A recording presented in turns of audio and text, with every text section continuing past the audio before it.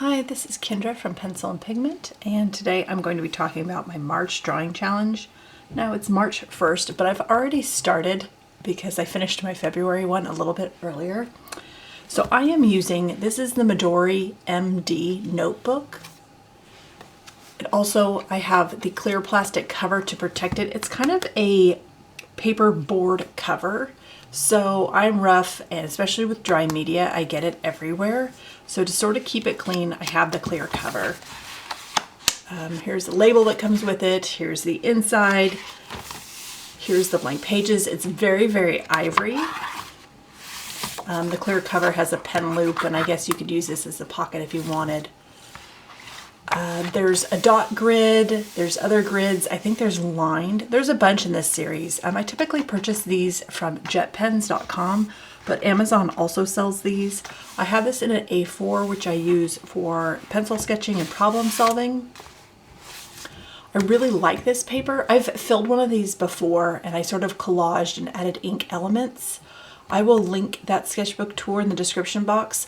I also did an ink test on this paper to see what this paper could handle because it's fairly thin.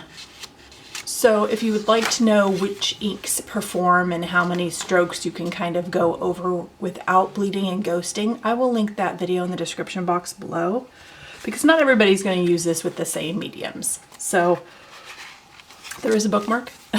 This one's gold. The bookmarks are different colors depending on the size and the type of paper. So for my blank A4, I believe the bookmark on that one is like a burgundy red color. So they all denote the different papers. All right, let's get started. And this is a very smooth surface. And again, I am doing soft pastels. I will link all these supplies in the description box, but this is a landscape set 40. This was a gift that I purchased. I received a gift card for my birthday one year, and I purchased this. This is not the right product for me, but we are going to make this work. The proverbial we. There's a lot of really pale colors in here, so I am using the darker values, and I will get into that a little bit later, just to make sure that things show up, things can be seen. I'm going to be using this one today. It's a lot like trying to draw with like broken chapstick or kindergarten crayons. It's a very interesting size and piece and chunk, these sort of hand-rolled pastels. For what I'm doing and how I'm using them, it is a very huge challenge. Because this is an A5, I will throw up the A5 sizes, and trying to make this work fine detailed with this chunk is really, really hard. So I'm going to show you how I'm using these. I'm using Q-tips. Your country may call them cotton swabs. Everybody calls them something different, but it lists all the different ways you can use these. Arts and crafts. Absolutely. Absolutely, that's what we're doing. So what I've been doing is I've been drawing from here, from the actual Q-tip, and it sort of ensures that I don't have hard lines I can't blend out. So you're supposed to sort of do pastels on like a pastel mat or a paper that has a texture. A really great one, the Arches cold press watercolor paper, that 300 GSM paper. That's a really good one for pastels, the texture and the quality. If I was doing a pastel commission, that is the paper I would probably use. I would use watercolor paper. I'm trying not to buy specific papers just for one medium because it's my biggest temptation surfaces. So in trying to draw on something that is so smooth, it's a challenge. So I figured out that using cotton swabs here ensures that my lines are softer and the blending is better. You'll just have to go with me on this. This is just how I'm doing it. Again, it's trying to draw with, you know, broken chapstick chunks. I don't know how to equate this size. It's a very specific, it's like lipstick size. And for A5, it's just a little bit too chunky and too big. The other thing is I don't do landscape art. I love landscape art. That's what we have on our walls. That's the art I like to look at. I like to look at landscapes. I find them really relaxing, really peaceful. So, you know, Fantasy Kendra was like, oh, we should get a landscape set. We should learn how to do landscapes. You know what? I'm going to zoom in. Let's do that. We're going to chat on as to why I did a no buy for all of 2022 and why I continue to move forward doing a low buy art supply year after year after year. It has to do with my poor purchase choices. Like, I see these things, again, we don't have a lot of art supply stores where I live, so I do the bulk of my shopping online, and I fall prey to the marketing. I fall prey to how beautiful everything looks. Like, I know how to be sold to. So I see something beautiful and I'm like, ooh, yes. But then I don't stop to sit and think, is that the best purchase for me? Is that the best idea for me? Is that something I will get a lot of use out of? Does that make sense? And at the time I purchased these, I didn't really know that A5 is sort of my sweet spot. Like, I will do A6, I will do A4s, but the A5 paper size for art supplies is sort of my preferred. I know. And you have to draw and create a lot to sort of start to figure out some of this stuff. And at the time I wasn't doing drawing challenges every month and I wasn't creating every day. I wanted to get back into it in a real big way. And so I was just thinking, you know what would be nice? It'd be nice to draw the things I like to look at. I have a feeling this looks a little blurry. Is it blurry? No, that's just me. Okay. And in purchasing things of supplies I just like to look at, it's not the way to go. So it took a lot of trial and error to find the best supplies for me. And if I had held off on pastels, I would have purchased pastel pencils. I think that would have been a smarter choice. But I have these and I want to use them. I still want to try my hand at landscapes, but I think I'm going to do it in a medium I'm more comfortable in. And I think for July, for World Watercolor Month, I think I'm going to do some trees and things, and part botanical, part landscape. I'm going to find my happy medium between the two and call that good. We're going to go into a nose here, whether it wants to be a nose or not. So in the meantime, I'm cycling through all my supplies, unlike what I did last year, which last year I mostly did pen and ink. Where's my, okay. I'm using a kneaded eraser to lift some of this stuff. Some of these are, the pigments are highly staining, especially like the fuchsias and stuff. So it's really hard to lift them. I have to be very precise. I cannot lay something down and then go, yeah, I don't care for that. I'm stuck with it. So some of these pigments are a little more forgiving than others. I thought if I'm doing this on video, I kind of want one a little bit more forgiving.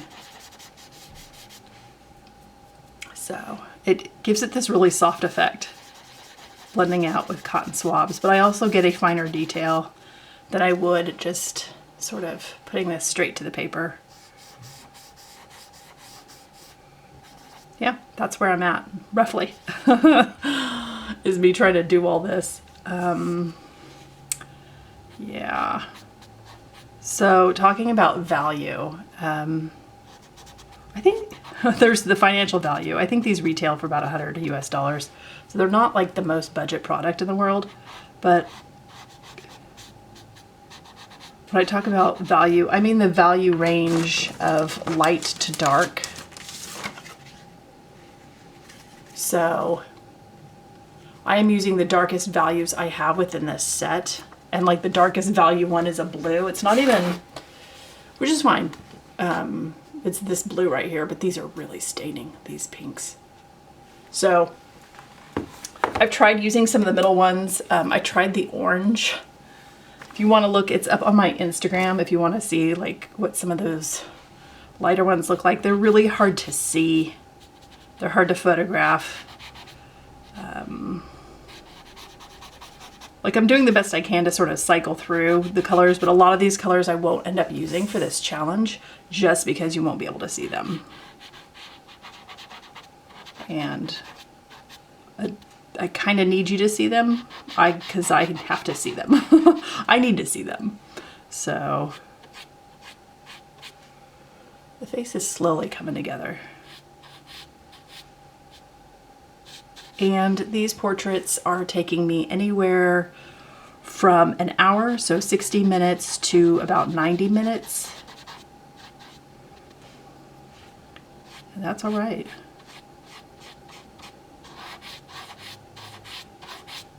There's a lot of dry media on my desk. I've been cleaning my desk almost every day. Like trying to wipe and clean this stuff off so it doesn't transfer everywhere, but it's getting everywhere. I knew it would with this drawing challenge. I'm not mad at it, that's fine. Some of these drawing challenges are messier than others. I'm really glad I'm doing this. I'm glad I'm using this supply. This supply makes me sort of nervous, sort of sad. Like I feel like this would be better used in someone else's hands. Someone who works larger, who's comfortable with this, and maybe, yeah, I just think pastel pencil is probably the way to go for me. I feel comfortable with that. I don't know how long they last. Some of them are pretty expensive, especially the Canon. I looked at those, but again, if I'm going to spend $100 on an art supply, I kind of want to try some of the colors, like testers or something, to see how scratchy they are and how blendable they are. I know each individual pigment and color performs a little differently, but I kind of want an overall feel. And I can't do that where I live. So, and again, I have this huge pastel set that I need to work through and keep using, keep growing here.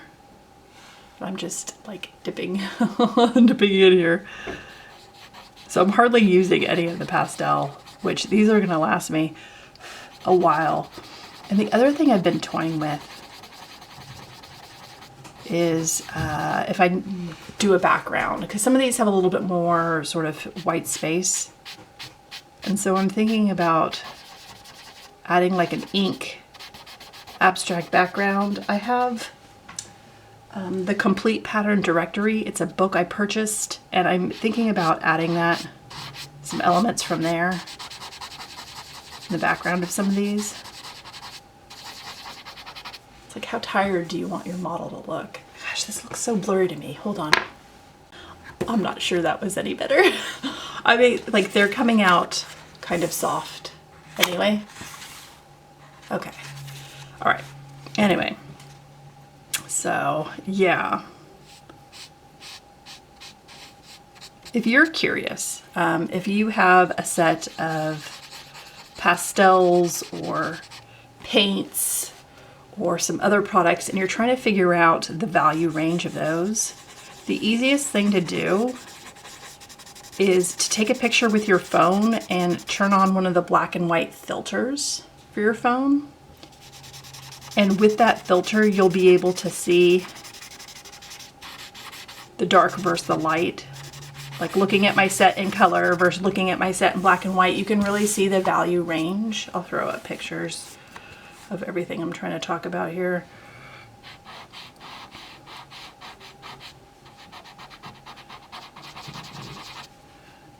And that's kind of what this study has been this month, is what's happening is a study in value, dark to light. Like how many different shades and tints can I get with one individual color as I work through this drawing challenge, as I work through a supply I'm just not comfortable with, but had to own. And I've owned these, gosh, I think there's an unboxing video actually really early on in my channel. I've owned these 4 or 5 years. And I don't landscape. I want a landscape. But then there always seems like there's something else I want to do more. So, and then I'm like, I don't have enough ideas for 30 days to make it kind of cohesive to curate that sketchbook a little bit better. And I don't have to. I mean, I could have a drawing challenge where it's draw to your mood. So I could do an animal one day, a portrait another day, and then, you know, attempt a landscape or 3. And maybe I'll do that in one of my monthly drawing challenges this year, where it's just more like a standard sketchbook where there's no theme. And we'll see where my mood takes me. No promises. The other thing I'm using, and I've had some trouble with this thing in the past, this is the Mono Zero. It's like the 2-point something eraser. It's really tiny.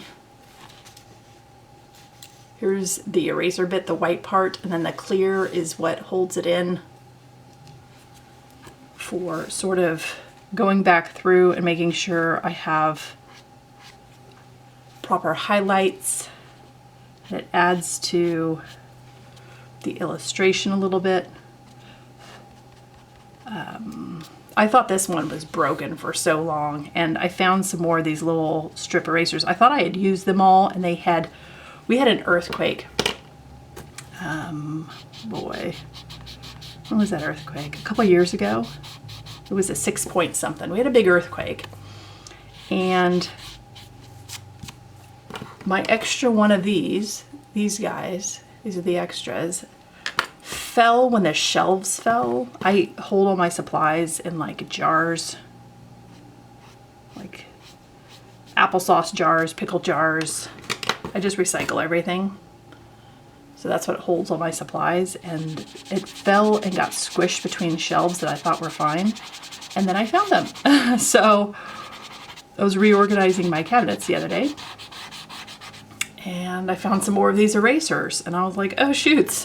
I thought I had all my erasers cold and put into a jar together, and I didn't, so. No more earthquakes though, okay? We did have a bigger one in December that was pretty, it wasn't as big as 6, but it was closer. So I was outside getting some sunshine when everything started to shake. I got a notice on my phone as my phone is set up for that. And yeah, the fence was going crazy, and I wasn't directly under our trees. We have some legit large trees. We live in a forest, so some of the largest trees in the world where I live. You have to be very careful when those trees lose a branch. So I was okay. I was safe. I was fine. Our kids were fine. Our pets were fine. Husband was fine. He was at work. He had to come home. There was a tsunami warning. We're kind of by the beach, but the tsunami warning was canceled almost right away. It's fun times, man. I'm telling you. So anyways, this is my this is my drawing challenge. Me trying to fit these supplies here and make them work for me. And I just found that using cotton swabs gives me a finer detail ability. I'm going to use a new one here.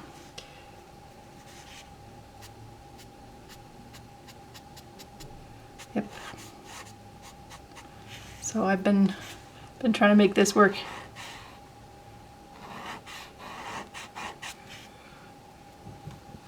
Anyway.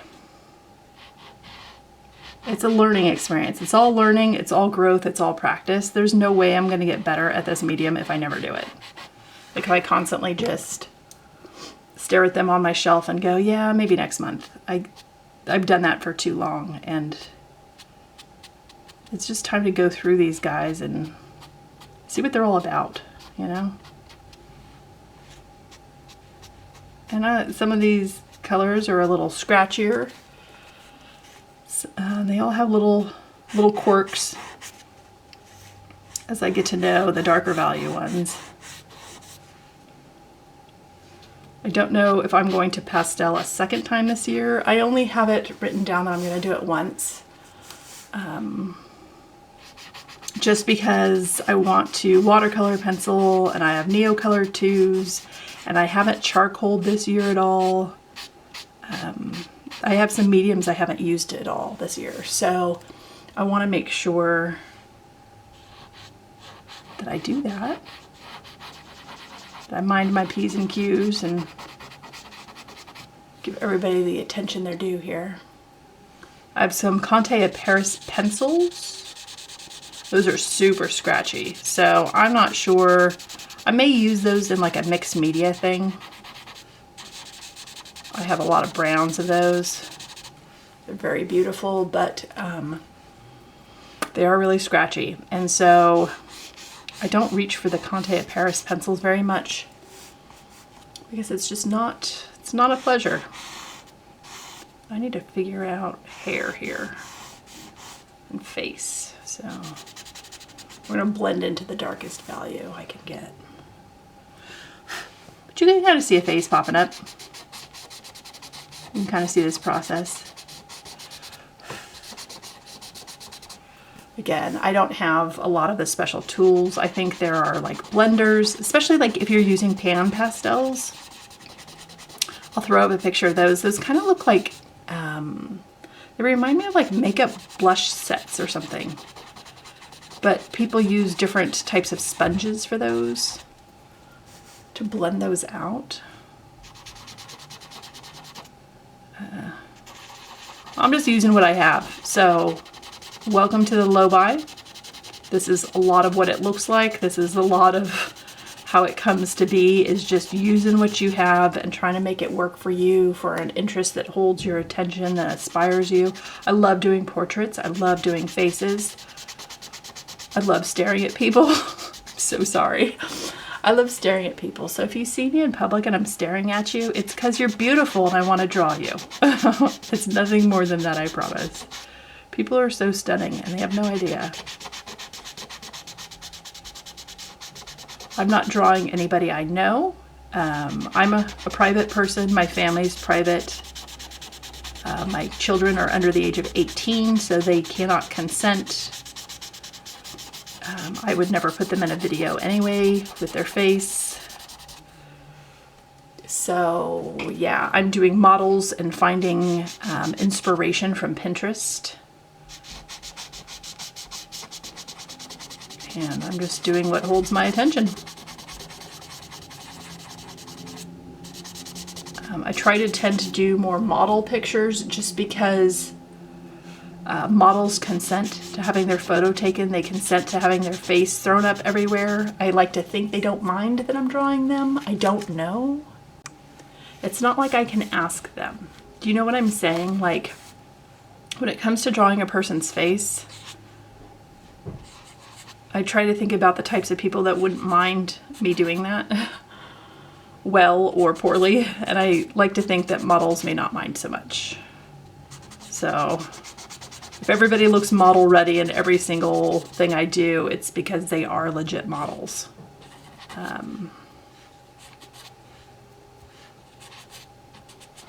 It's hard to find 44 faces, and I'm not going to go out into the public and ask people in public. That's not a thing I'm gonna do. They would have to sign, I think, like consent waivers. Oh, hold on, there's a plane. Okay, sorry about that. We have search and rescue and stuff in the forest. What was I talking about? Oh yes, people in public. So if you want to draw someone from public, someone you don't know, I believe they have to do like a waiver, like sign off. And I would kind of feel bad, like, hey, could you stand here for an hour? I would want to, you know, thank them in some way. Like, I would feel the need to reciprocate, sort of. Like, for your hour of time, here is blank, like a gift card or some money or something, like pay people to model for me personally. And I'm just not set up to do that, so yeah, Pinterest is sort of the place I gravitate towards for model pictures and stuff. Yeah. There's a long about way going about that in my mind. That is the justification in my brain. Like, I'm not going out in public, I'm not dragging these supplies around. The other thing is some sort of spray fixative. I've been using this one. This is the one I have. I'll link it in the description box. Boy, that's gonna be real blurry. Anyway, it's not a very good one. It's very, very fragrant. I don't like a lot of smells. So I spray outside just because kids and pets, you don't want to breathe this stuff. So my sketchbook is getting a little bit stinky. More than I wanted it to be. But I kind of knew I'm doing 2 layers of spray per page because, again, this paper is so smooth and I want it to hold the product I'm trying to put on the page. And in order to get it to do that, I've got to adhere it somehow. And I think that's one of the things that deters a lot of folks. Like, if you're sensitive to chemicals, sensitive to sprays, if you just don't want some of the more toxic art supplies in your life, pastels and charcoals are a tough one. You could do things like temporary, you know, art that slowly falls off the page, and it can be part art piece, part art installation maybe. It's pretty outside the box for creating. But again, nothing you do has to be public. Nothing has to be perfect. It can just be for you, you know. Maybe you want to try one pastel in your favorite color and you're just going to combine it with some watercolors and some colored pencils and some other things and see if it's a medium you genuinely enjoy. And it's not for everyone. It's a little chalky, it's a little dusty, it's messy, it needs a fixative of some form. It's a lot to unpack. And some of these are very, very expensive. So you'll have to figure out with your budget and really analyze.